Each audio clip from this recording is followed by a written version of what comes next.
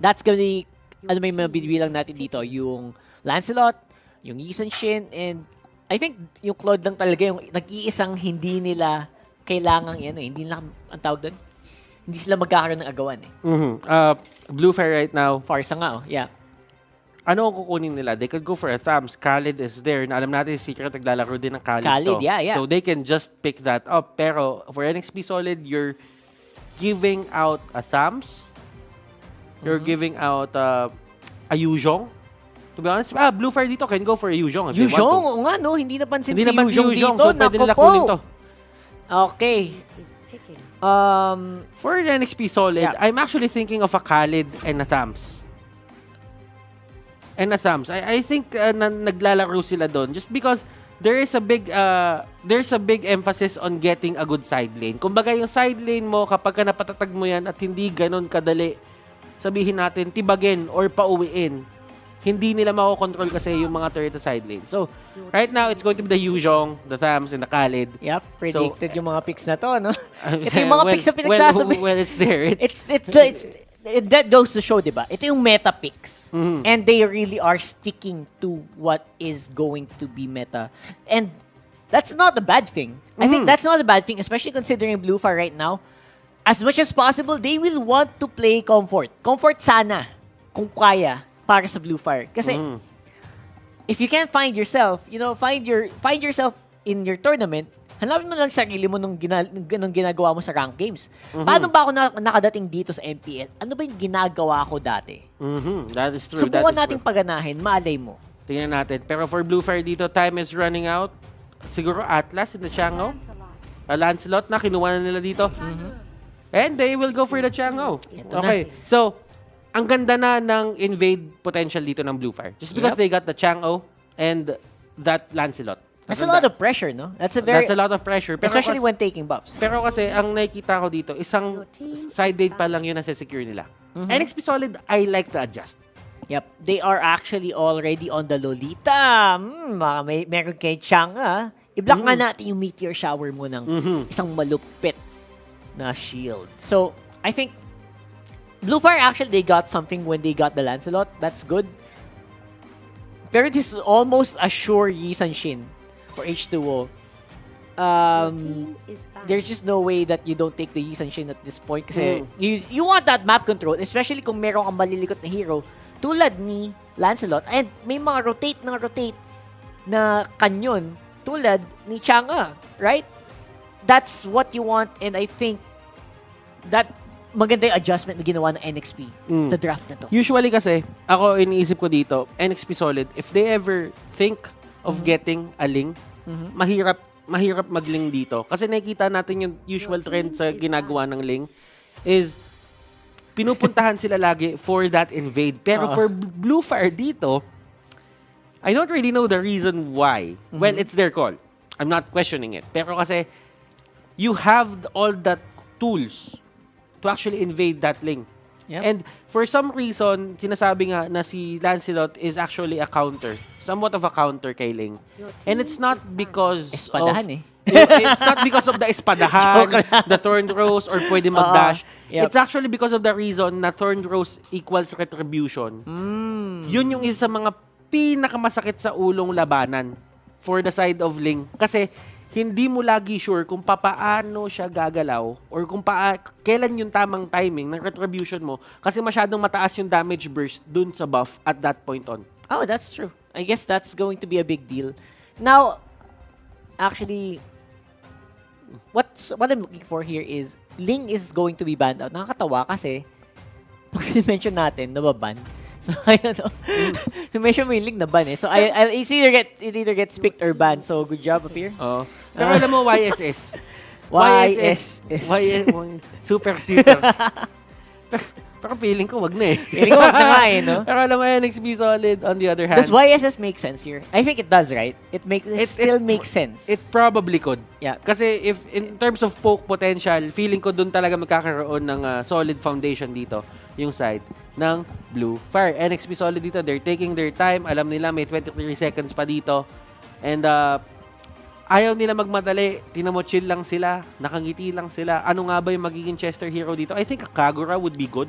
Kagura nga, no? I Oo. think that's something that's the funny thing about Chester is ang dami niya din pwedeng i-fix eh. I think he's almost at par with Oh My Venus and Imba DJ with the amount of supports that NXP Solid can pick. Pero malay mo, tank na ano na to. I think okay na sila dito. Wow, Hayabusa on H2O. Pwede ba ma-flex to kay Rene J? Pwede ba mag-tank na lang magtangkalid na lang si Yawi, si Chester maglolita? Pwede ba yun? It's a possibility, pero kasi masyadong matagal yun eh. Para kay masyadong matagal para kay Hayabusa na ilagay mo siya sa gilid. Sa bagay. Sa side Hindi lane. na yun yung ginagawa ngayon. Hindi yung Oo. usual ginagawa niya. Dati nilalagay siya doon kasi kaya niyang mag-sustain ng sarili niya doon. Matagal, oo. Ng matagal na hindi siya masyado nabibigyan ng focus kasi. Pero ngayon naman, ang nangyayari kasi, yung rotations, lagi doon sa may lane na pinaka-vulnerable.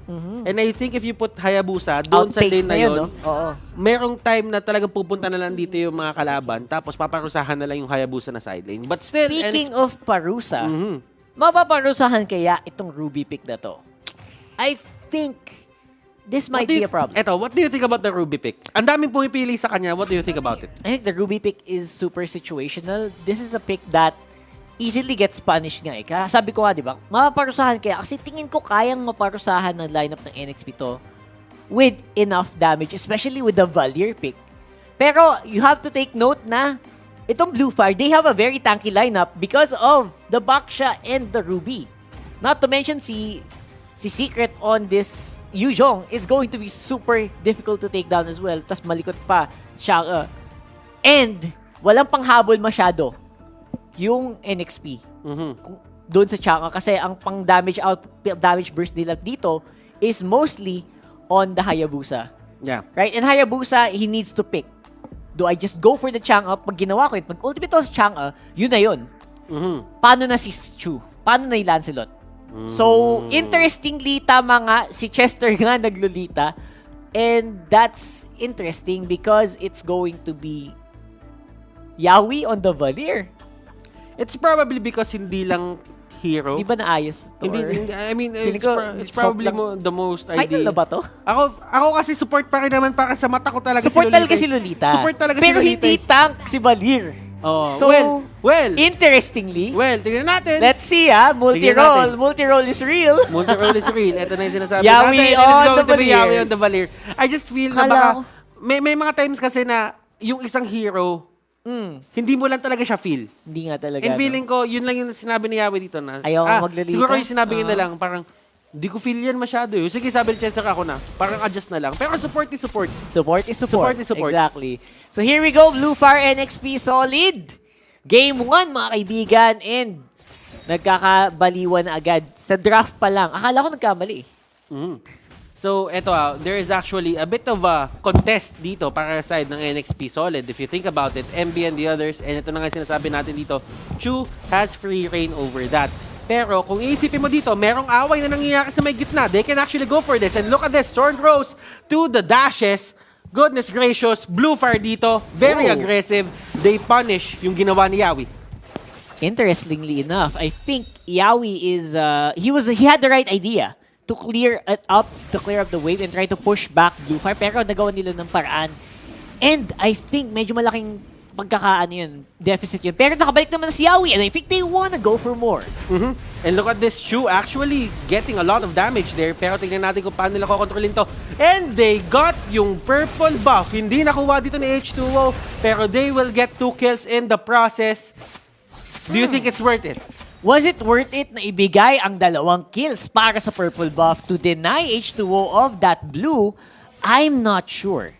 Actually, kasi H2O, especially since H2O got, I think, 1 kill over that, that's okay lang. I think babagal ng konti yung clear niya.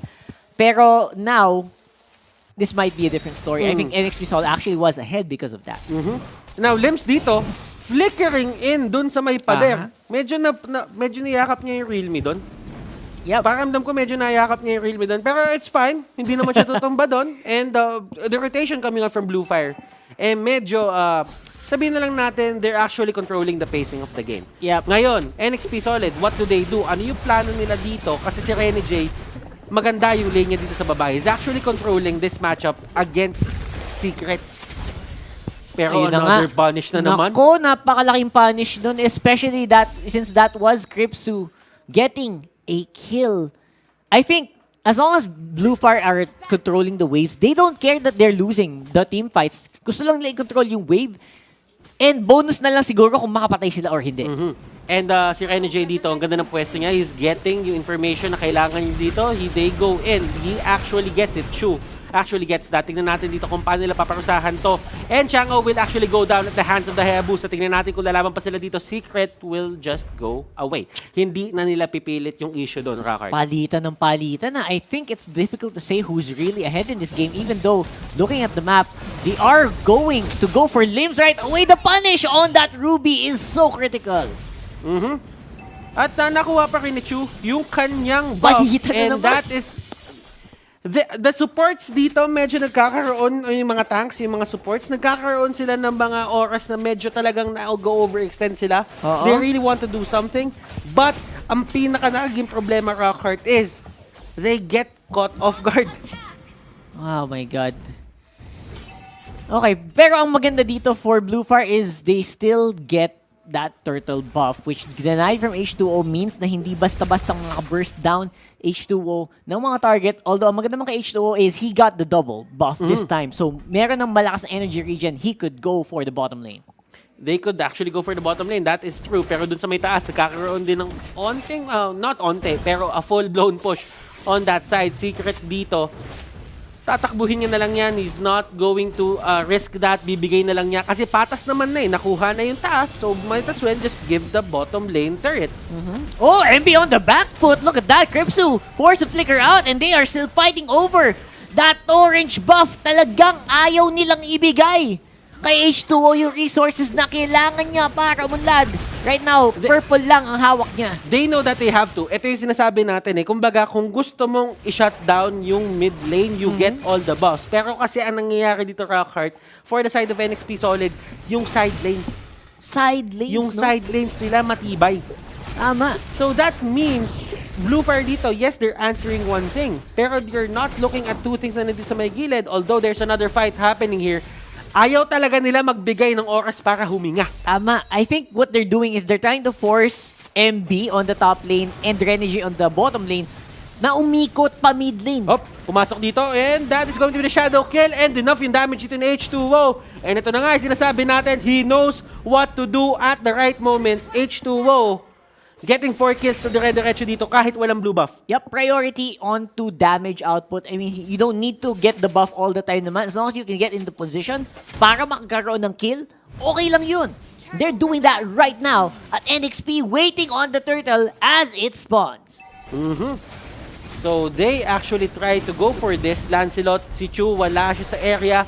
And he is actually going to not be there pagka retry dito na H2O. Pero nandiyan na din yung Dragon. Let's see kung ano mangyayari. Look at that Phantom execution. It will hit a lot of people. Rene J will be the next target here. Secret nandun sa may pinakalikod. Let's try to see kung ano ba mangyayari dito. And look at the regen coming up from Rene J. Tignan pa natin. The Thorn Rose is there. The triangle motion. Pero sabi ni Secret dito, kakayanin ko pa to. But H2O has something in mind. Nako po. Lumabas siya, pumasok siya. Tapos lumabas siya ulit. Ang daming beses pumasok doon ni H2O. Yeah, paulit-ulit. I think mag-cooldown na yung ultimate niya sa duration ng team fight na yon. Sa sobrang tagal, they can actually get back on the fight right away. And with the backup of Puza kill, mapupuwersa nila NXT pabalik. Actually, hindi pa yata. Gusto pa lumapat. Round 3, bro. Round 3. Ako hindi pa ako tapos eh. Di ba pagod? Ako, pakiramdam ko pwede pa eh. Round 2 kaya. I can do this all day. Pero may round 2 pa. May round 2 pa. Mamaya pa. Pangatlo na nga yun eh. Actually, medyo... Pangatlo na yun eh. Ano ba? Parang yun pa... Yun na ba yung pangalawang full blown? Feeling ko eh. Oo eh. Halos eh. Sige. Nakapag-ultimate na siya ng... Tama lang. Grabe yun. Tuwing nagko-cooldown eh, no? I like it. I like the tempo that NXP is showing right now. Bluefire, hirap na hirap mag-keep up. Ito naman si Limbs right now. Hindi din makabawas dito sa backline ng NXP kahit kitnang-kitna na siya.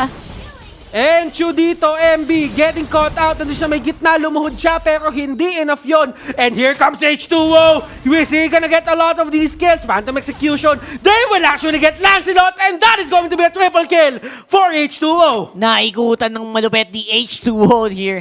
And I think hindi handa yung Blue Fires magpasok ng Hayabusa doon sa tower na yon. And that is why you pick Hindi this pa up. tapos! Hindi pa tapos! Walang pagod, no? Walang... He can do this all day. He can do this all day, pero Gillette instant replay. Hashtag shave the day. What happened? Parang Rockhart. I think ang big deal here is the AoE damage that was already set up by MB. Sobrang laking bagay when he was going for that top lane. Sabi ni MB, hindi ko kailangan i-take down itong mga to, pero alam kong papasok na si H2O. Okay, I just need to hold on for a bit, and then i-clean up to ng kampi ko. And that is going to be the Numenon Blast. May stun niya pa dito ng isang beses si Chu, pero Chester, is this worth it? That is the question. H2O going in. Tignan mo yung Meteor Shower dito, nagkakabatuhan. H2O in front of 4 people. That is not where you want to be kung ikaw si H2O. Pero si MB dito sabi niya, babawi kita, pero hindi lang ako makakadive. Kasi Yun nga masyadong lang. malalim yun. Medyo negative na yun. Negative na. Pagka maganong kalalim, negative na yun. Pero I think at this point, di ko alam bakit pero ba hindi pa rin ganun kalaki yung lamang sa gold. I think 1k gold is, considering ang daming nawasak sa Blue Fire, feeling ko ang daming beses nilang natalo sa teamfight. I wonder why that is, right?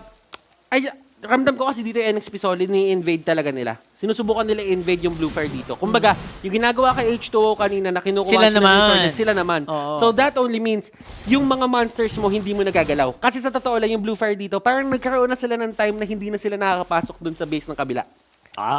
Sa jungle pala, hindi sa base. So wala na, hindi mo na kayang ma-denayan itong Hayabusa. And now, because of that, yung Hayabusa, kaya nang mag full steam ahead. Kumbaga, kaya nang dumire-direction ng laban because the energy just keeps regenerating dahil lagi nga siyang may buff. And alam mo, si MB dito, sabihin na lang natin, 316 ang kanyang galawan. But still, that is going to be the Festival of Blood. A lot of regen coming out for his side. Mahirap Limbs i-take dito down at a 045. Pero kasi as long as naitatank talaga ni Limbs yung mga damage output na ginagawa dito ng NXP Solid is doing his job. H2O going in. And that is the power of a Hayabusa. Ang dali niyang mag-push ng turrets, pero that is going to be the Lancelot going down. Tingnan mo yung secret dito, isang dragon na lumilipad. Nag-drawing ako niyan, pero muntik na akong masisante. Renny J on the other hand, pumaharap dito sa 5. Yep. Actually, hindi 5. 3 na lang pala. 3 na lang, Tatlo na lang at that point. Pero si Renny J gusto pa rin. Si Renny J gusto pa rin. Makunat ko, yeah. Makunat si Kuya Renny J. And now, the rest of NXP, hindi naman nabawasan. Kaya lumaban sa gitna. Wow! They actually go in nung nahatak. Sabi niya, sige, sama kami. Sama kami. Bro, sama Thank kami you. dyan. Bro, sama kami dyan, ha? Libreng flicker. Bro, sama Libreng kami dyan. flicker in, man. Blue Fire dito, they look good dun sa early stages ng laro. Pag-usapan natin yung Blue Fire dito, nakikipag-trade sila eh. Paulit-ulit. Paulit-ulit, nagagawa nila ng paraan, yung mga bagay-bagay na hindi sila malamangan ng todo dito ng NXP Solid. But the thing is, yes, nakokontrol mo si H2O, but the time na nakuha ni H2O yung shadow kill, gumawa na si H2O ng mga paraan para makakuha siya ng sarili niyang mga kills. Ma-convert niya yung shadow kill na yon na every time nag-up yun, may kill siya nakukuha. And hinahanap niya lagi si Crypso.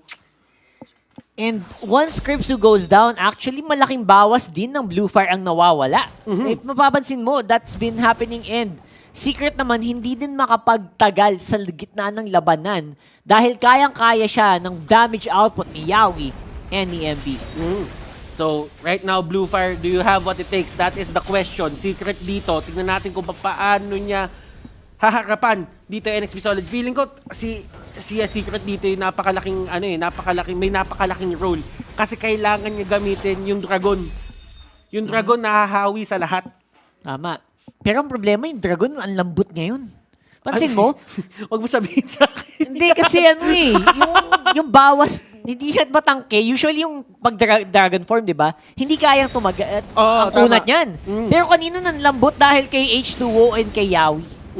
Grabe talaga. Alam mo, na-shadow kill din siya ni H2O eh. Yes, yun nga yun. Yun yung isa mga problema. Kumbaga, nagagawa naman ni Secret yung trabaho niya. Nasa front, oo. But, right now, bakit nga ba nagkakaroon ng onting problema dito yung side ng Blue Fire? I mean, hindi na lang onti pala to eh. Malaking problema to on their side and they actually get that pull on Chester. Pero they did not convert that into a kill. I think yung frontline nila hirap na hirap din sa damage output ni Yawi dito sa Valir. I think kanina parang kayang pumasok ni Chu pero pinupushback siya lagi nitong si Yawi. I think nakatutok lang si Yawi either kay Chu or kay Limbs or kay Secret. And they're just ignoring Fuzoken altogether. And look at H2O Look, going for Temo. another shadow kill. Luminon Blast on 2. Dinominon Blast ka na. Binuhangin ka pa. Welcome to the beach. Welcome to the beach! Welcome to the beach, Blue Fire. Nako And po. this might be it, ladies and gentlemen. Tignan natin dito kung paano i-defton ni Kripsui. Doesn't have enough damage for that. MB dito, just clearing up the wave. Walang minions. Part 3. Yep, it's time, I think. And this time, meron ng backup from the top lane. NXP closes this out against Blue Fire 1-0 on the first game for today. And XP Solid, this is the form na in-expect sa Ito na kanila yun. ng kanilang mga fans, and they deliver with that dominating Game 1 action.